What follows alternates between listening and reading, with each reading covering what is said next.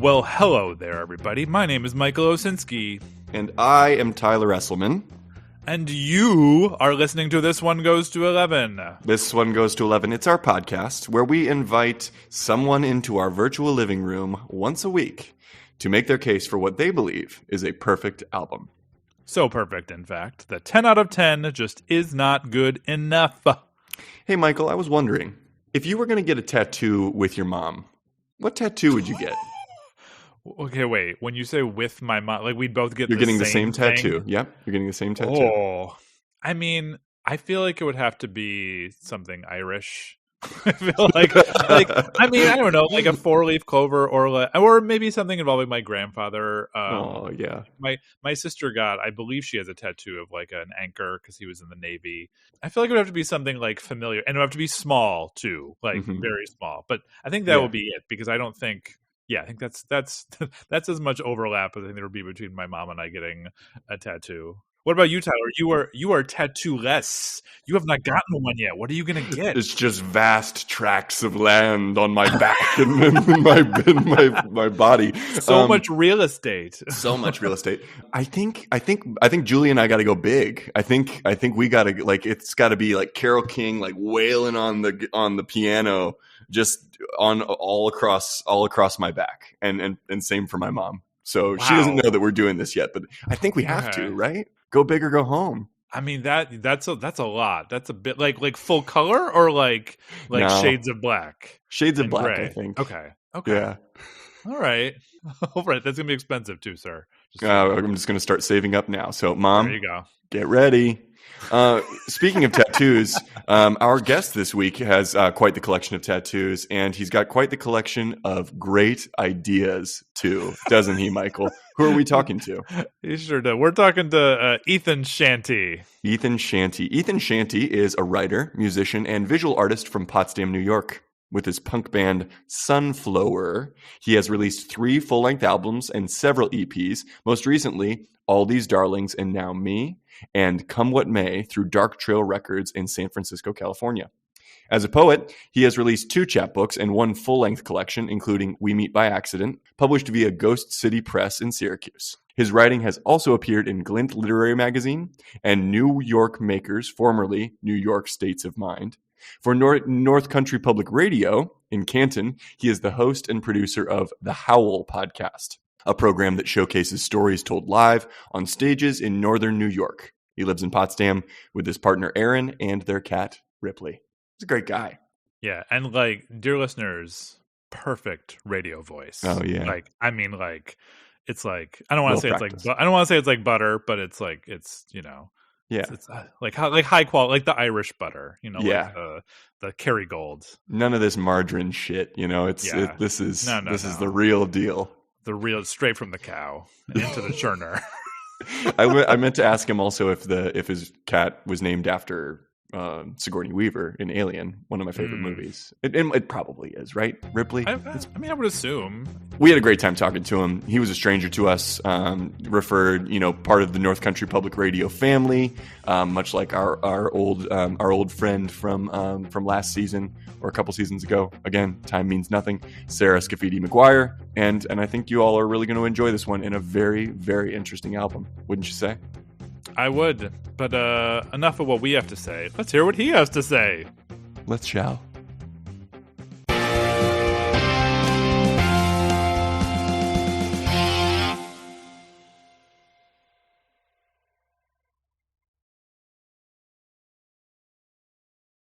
Without any further ado, Ethan Shantie, welcome to This One Goes to 11. How are you today? Thank you very much for having me. Yeah, I'm wonderful. I'm so glad to be here. We are so excited because you are, everybody, guess what? Ethan is a stranger. We've never met Ethan before. So we are really excited to have you. And this is totally the direction we want the pod to go in, is more people we don't freaking know. Yeah, that's what makes the world a wonderful place, right? Exactly. Yeah. And our second person from North Country Public Radio. So we're excited to maybe we'll have a few more of your coworkers on in the future. I'm sure they'd be willing. Sarah casts a long, intimidating shadow, so I'm going to have to really No, not really. No, she's wonderful. She's so nice. Well, I can't. We're a decidedly pro public radio podcast. Oh, yeah. I don't think I'm overstepping by saying that on your behalf as well, Michael. But I'm freaking obsessed with public radio, and Awesome. I've said it before. I'll say it again. Pay for your public radio. Do it. Yeah. It's not that much money. It's cheaper than Netflix monthly now, so It really you should is, just yeah. do it. Well, Ethan, for those for our listeners who have not read the title of the episode, please tell us, what album hath thou brought before the tribunal today? For the tribunal's consideration, I've brought the album "The Always Open Mouth" from 2006 by the Colorado punk band Fear Before the March of Flames. Fear Before the March of Flames. Yeah, long name. They shortened it to Fear Before when they put out their final, what would become their final album. But in all the years prior, they were Fear Before the March of Flames. I had honestly never heard of this band or this album before, so I love when that happens in the making of this pod. Well, but before we get too deep into the album itself and also you, we have a little refresher for any of our listeners out there who, like us, had never heard of this band or this album before. It's a sweet little amuse-bouche. Michael, what is everyone's favorite segment called? It is everyone's favorite. It is the beginner's guide to Fear Before the March of Flames. Is the Always Open Mouth in 60 seconds. In 60 seconds. And who's doing it today? I'm doing it today. It's my first one of the season. Well, I did the one for your Wilco episode. This is my first intro for a guest. And Ethan, just so you know, even though we are going to evaluate your case for the album, this is the moment in the podcast where you get to evaluate how well I do at providing an intro here. And you can, whatever sort of evaluation scale you choose, it's entirely up to you. Taking notes. Okay, Good. excellent. Take notes. We appreciate that. Yes. I've got 60 seconds on the clock. We're starting in 3, 2, 1, go. Dear listeners, where are your manners? Go wash your ears out. We don't know where they've been. Get ready for the best post-hardcore band to come out of Aurora, Colorado, Fear Before the March of Flames. Formed by friends at Smoky Hill High School and named after a newspaper headline about a local forest fire, the band played their first gig in 2002, released their first album a year later, and eventually filmed a video for one of their songs in the same basement where Fight Club was filmed. Yep, that basement. Their sound would change a little bit with each album, and their third album, 2006's The Always Open Mouth, would be their most experimental. A little less screamy, a little more electronic. When asked what the title meant, lead guitarist Adam Fisher said it described people who act like, quote, an all-knowing super being from another realm sent here to save us all, or be a fucking loudmouth bigot, quote. Things changed even more after this one. A lineup change, a name change, dropping the March of Flames before their next album, a DVD documentary that never got made, until finally in 2010, the band went on indefinite hiatus. Though Fisher claimed he had some new songs ready to go, so there's a non-zero chance a reunion is in the cards. Ooh. I came in a little under that time. You did. That was really good. What a comprehensive look at the band's career in 60 seconds. That was great. He's so good at this. How would you rate him, Ethan? 10 March of Flames out of a possible 10 March of Flames. Okay. I will set this podcast on fire is what I'm going to do. So many flames. Before we dive into the artist and the album, the way we like to start off every episode is by asking you a personal question, which is, what is and or has been your relationship with music, writ large? Music has been a part of my life since basically as, I'd be lying if I said that like my first memories, revolve around music, but pretty close to like my first memories are entrenched in music. I have very fond memories of riding around with my parents in their car and listening to the music that they were into, mostly like, country and like the Eagles and stuff like that. And like music from the 50s and 60s. My parents were a little bit older. They were born in 1949. They were teenagers when like the hippie movement was really, coming to life. So a lot of their musical taste was in that realm. From a very, very early point in my life, music was always around. And I remember the first instrument that I started playing was the alto saxophone. Sweet. And what made me want to play that was this saxophone solo on a song called Yakety Yak. I forget. Is it the Drifters or forget who it's. I'm gonna look it up, but Yeah. but I know yakety yak, and I would think most of our Everybody knows listeners that. probably do. Yeah, and I remember The coasters. Coasters, that's it. Yeah. So yeah, I remember listening to that and being like, holy shit, like I want to do that. I bet I can do that. And so when in our elementary school, we started playing music in 5th grade. So I started playing the saxophone. When I was 13, I started playing the guitar. And that was the same year that I started like my first rock band, which quickly turned into a punk band and then a metal band, and everything in between. So yeah, so my first so my relationship with music is my entire life.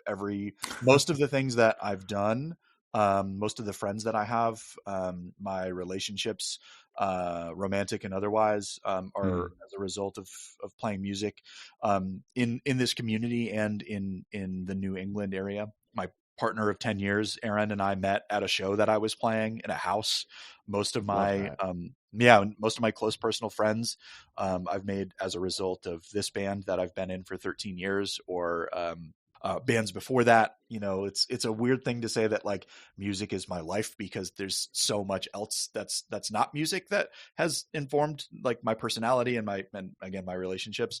Yeah, I probably wouldn't know any of the people that I know, or even be in the job that I'm in, or have pursued any of the other things that I've pursued in a personal and professional capacity without a really early interest in music. Well, I'm going to give you 6,000 points.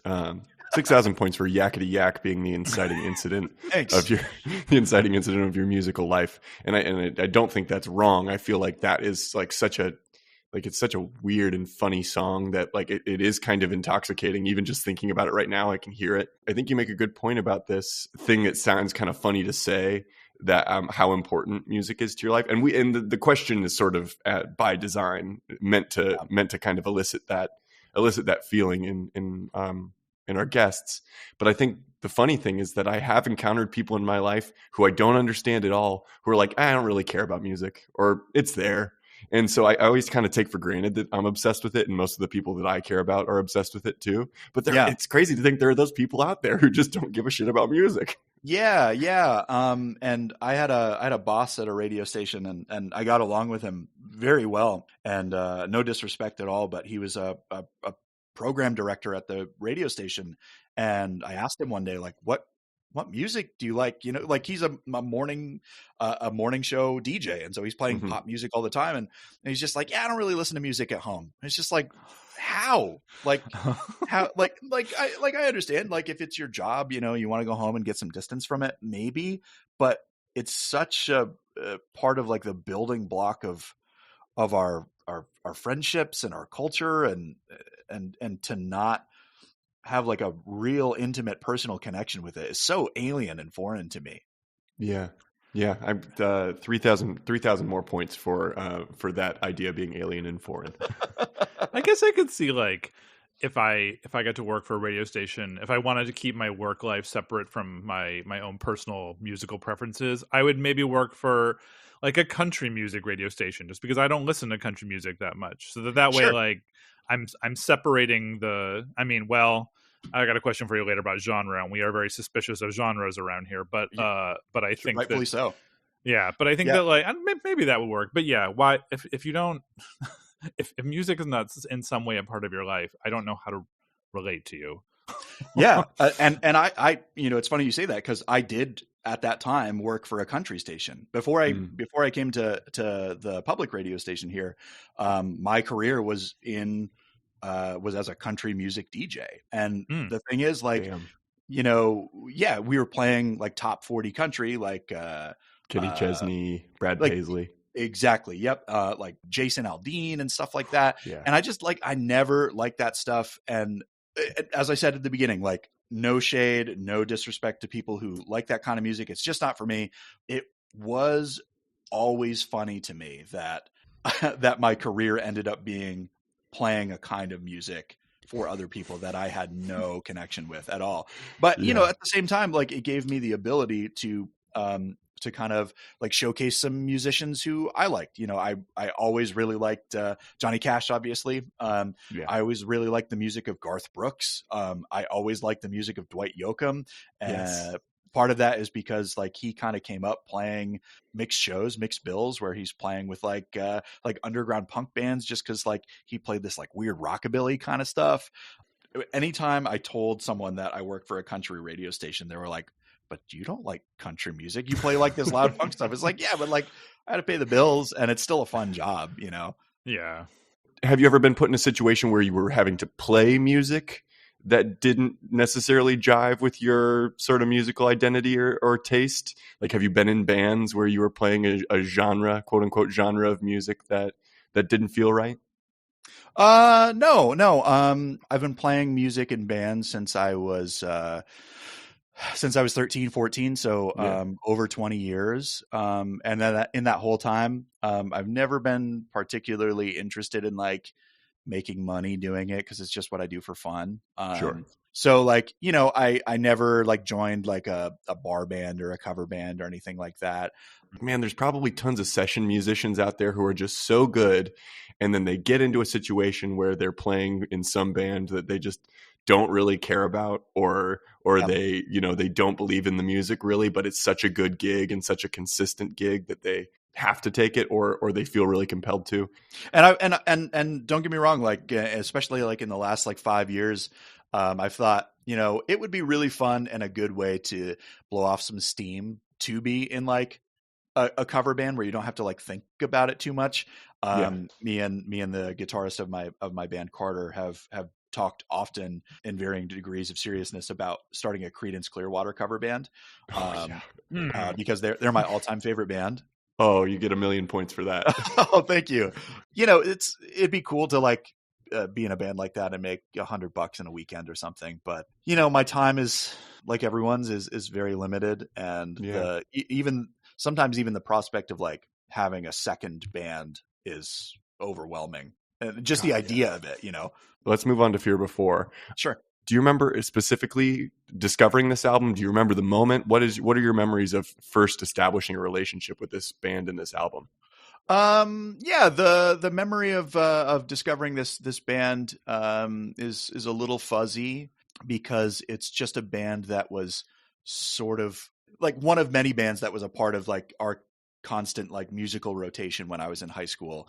Their first album, Odd How People Shake, which I think is excellent and a very different style of music than what comes on their second album, Art Damage, and then very far removed from what comes on their third album, this one we're talking about, The Always Open Mouth. I remember hearing, I think, the song Given to Dreams from their first record. I probably was 15 or 16 when I heard it for the first time, and I remember thinking that this band had just such an aggressive and strange approach to heavy music, in particular with their vocalist, Dave Marion, whose vocals are punishing. His voice is so like loud and has this animal quality to it. Yeah. And I think that's what really attracted me to it in the first place, especially because in that era, it's lots of like, the good cop, bad cop kind of thing, where people are singing, and then there's a guy who screams or a girl who screams or whatever. They had that quality on that first album and not so much on the second album. And I remember thinking that this guy's voice is just like nothing else I've ever heard in my whole life. And then as I listened to more of their music, I realized that, the guitar player, Adam Fisher, is really doing like a lot with a little. And similarly, their drummer who doesn't play like the most technical style of who's not the most technical performer, but has these really interesting grooves, and also plays I'm not sure what the style is called, but in like the traditional drummer is like hitting the hi-hat with their right hand and the snare with their left, and he's the reverse. And I think that informs like how he's hitting the drums, and how he's crafting patterns. And I thought that all of those things together, and not to dismiss their bass player, Mike Madruga, either, because he's really fucking holding it down. But all of those things combined, just like any other great band, like all of those things combined are making this really fresh, unique sound. And then for them to subvert my expectations with their second and third albums to do something that wasn't totally different from what I had come to know from them, but was pushing the envelope and pushing their abilities further and further each time, was something that I really admired. And it kept me coming back to their records all the time. You know, one of the things that people complain about in hardcore and in punk and metal and is not being able to comprehend the vocals and what the lyrics are, because the lyrics are the thing traditionally that that people are hooked to, that they gravitate towards, and that they're singing in the shower and stuff. And with this kind of music, you can't do that as well.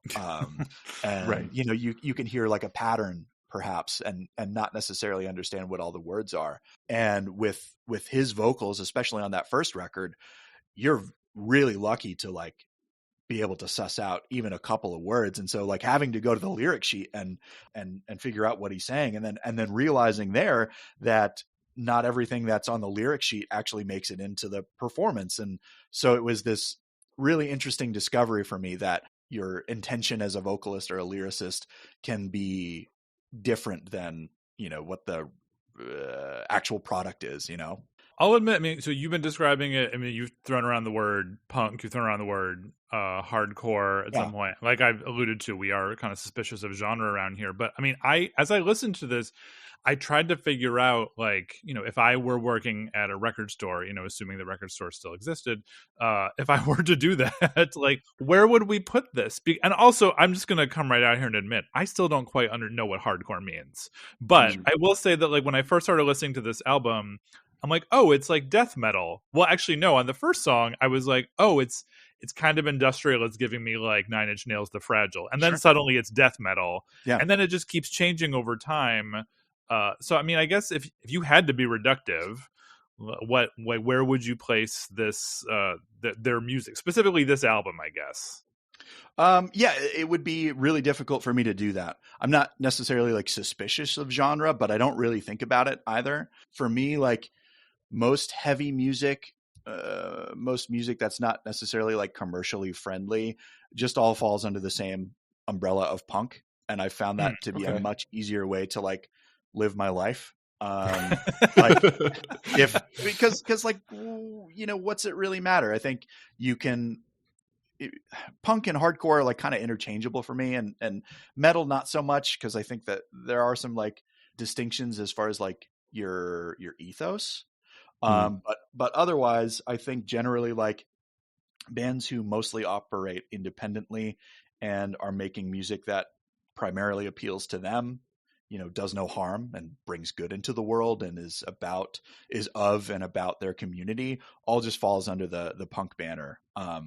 So if I opened a record store, people would have a very difficult time probably finding the things that they wanted to find, because there would just be like a punk section, and then there would be like a soft music section, and it would all just be realistically, I think I would just make it all alphabetical and say, go at it. Why don't they just all do that? Why don't they all do that? You know what you should do is, because this always drives me nuts when I see people do this on television, just organize it by color. Just like whenever I see people who organize their bookcases by color, I'm like, what the hell are you doing? Like, you're not going to find anything that way. But like for albums, why not? I mean, I've bought in the past, I think I bought Cave In's Antenna, simply based off of the cover, and also because I was there to pick up Hail to the Thief at midnight when it came out. Nice. And I was like, oh, they have this other album on sale, I'll pick this up too. So that's a good album too. The question that I wanted to ask both of you, if I may, of course, please. Okay,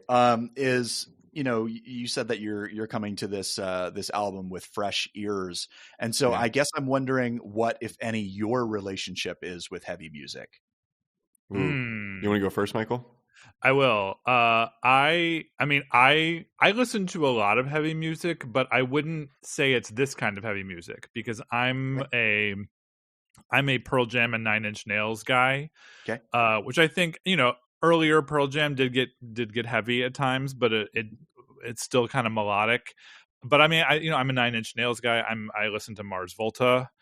So it's not really. And Slater Kinney, of course, too. Like they're pretty. I mean, especially The Woods is a really hard album. I even later this season this story might get told again. But when I studied in London, my roommate will vouch for this. I would fall asleep to music, which consisted of me playing my Discman with headphones on it, not earbuds, so it's headphones, so he could hear everything. I listened to Rage Against the Machine's Battle of Los Angeles very loud, and that's how I fell asleep in London. So that's my relationship with heavy music. That's awesome. And as someone who has hosted him at my house and he has slept in the same building as me many, many times, he sleeps with a white noise machine. So really, he was just ahead of the game on white noise, I think. That's probably what was happening. For my part, I was a big Rage guy in high school. Started listening to Metallica pretty young because of my dad, not like with any sort of intention, but it was just sort of like absorbing in, Yeah. But yeah. It was really fun to listen to this album because the first band that came to mind as a comp, if you will, was a band called Story of the Year, who you probably know. I do know, yeah. Yeah, and they went to my high school in St. Louis. Oh wow, really? Yeah. So, and Page Avenue is like a street in St. Louis. So it's like kind of, it has a little badge of honor for me.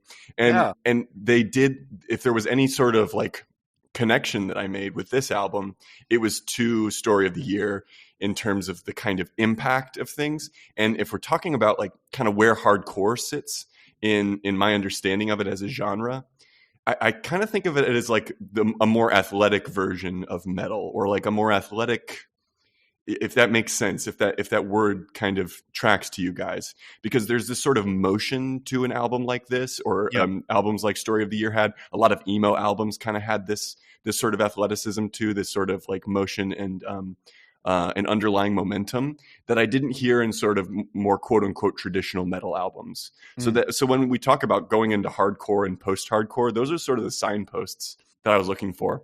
And then I think with the kind of screaming element, that was sort of the thing. Story of the Year was what got me into that kind of like that sound, and it kind of primed the pump of my brain a little bit for it, and took me down a path where I've listened to more heavy stuff. But I gave you 3 million points for your kind of definition of punk, which I don't know if I've ever heard a better one than a lot of the hardcore music that I've listened to. A lot of the heavy stuff that is impactful and expresses anger and uncomfortable emotions. Those are the things that make me buy punk. That's kind of where I'm at with it. Yeah, and certainly I do not begrudge any artist who's able to profit off of their art, and they all should. Every band should be paid more. Every artist should be able to survive off of the work that they do. Unfortunately, we don't really live in a world where that's possible most of the time. I've been playing music, like I said, since I was like 13 or 14, and the last 13 years has been more intense because my band has played more shows and met more people. And my favorite shows are just the ones where, there's a ton of people there, or even 5 people there who are all just focused on the same goal, which is to get the most enjoyment out of this one shared moment as possible. And those are the types of people who I've formed lifelong connections with, who are doing it just because they feel compelled to do it, who would play a show for 5 people as soon as they would play a show for 500 people. Not that I've played a show for 500 people, but someday. But it can be exhausting, right? Like getting to a show and not just the driving, but the setting up and the anxiety that comes with it. When you meet even one person whose day has been improved by what you have provided for them, and who is in kind improving your day by expressing that gratitude and that excitement. That's what it's all about. Hell yeah. Well said. Thanks. Mm-hmm. Well, we should probably listen to some of their music now, shouldn't we? Especially, I know at least a couple of our listeners, I'm sure, have never heard of this band, so they're probably dying to hear what this is. Yeah. So could you tell us what you've chosen as your standout track from the album? Yeah, this is as I think Tyler said, this is like the lead single from the album. It's called Taking Cassandra to the End of the World Party. So, dear listeners, if you're listening to us on Spotify or via our YouTube playlist, you're going to hear the whole track. If you're listening to us on Apple Podcasts, you're just going to hear a little snippet of it. But we do encourage you to check out the whole track when you get a sec. So let's listen and talk more about it.